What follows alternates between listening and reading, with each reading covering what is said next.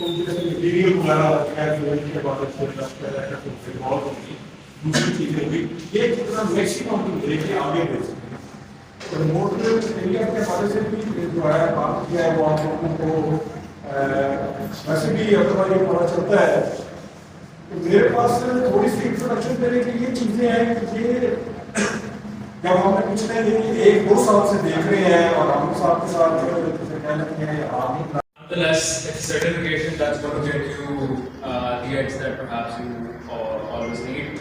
It's a certified program not done by a certain organization. It's literally done by the National Tennis Federation, whose initiatives of course, Junior Tennis Initiative, which I'm going to talk about in a while.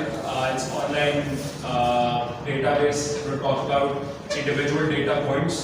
We're going to talk about regulations, and we're going to talk about how things are generally. Interview में भी आपने कहीं सुना होगा कि जब तक इस दिन में वैसे ही टेलीविजन ऑन किया तो टीवी पे एक मैच चल रहा था, बेसिकली वो पूरे वाला से लाइव टेलीकास्ट हो रहा था। तो बुखारी यूनिस को उसने वहाँ पे बॉलिंग करते देखा, फिर वो ठीक एक माह के बाद उसे टाइम मिला तो बुरे वाला आया दौरान, उसने देखा कि यार वाकई नहीं पता वहाँ पे बॉलिंग कर रहा है। तो वो कहता है कि पूरी दुनिया का सिस्टम जो है ना वो बड़ा सिस्टमैटिक है। पहले स्कूल की क्रिकेट है, फिर क्लब क्रिकेट है, अंडर 19 है।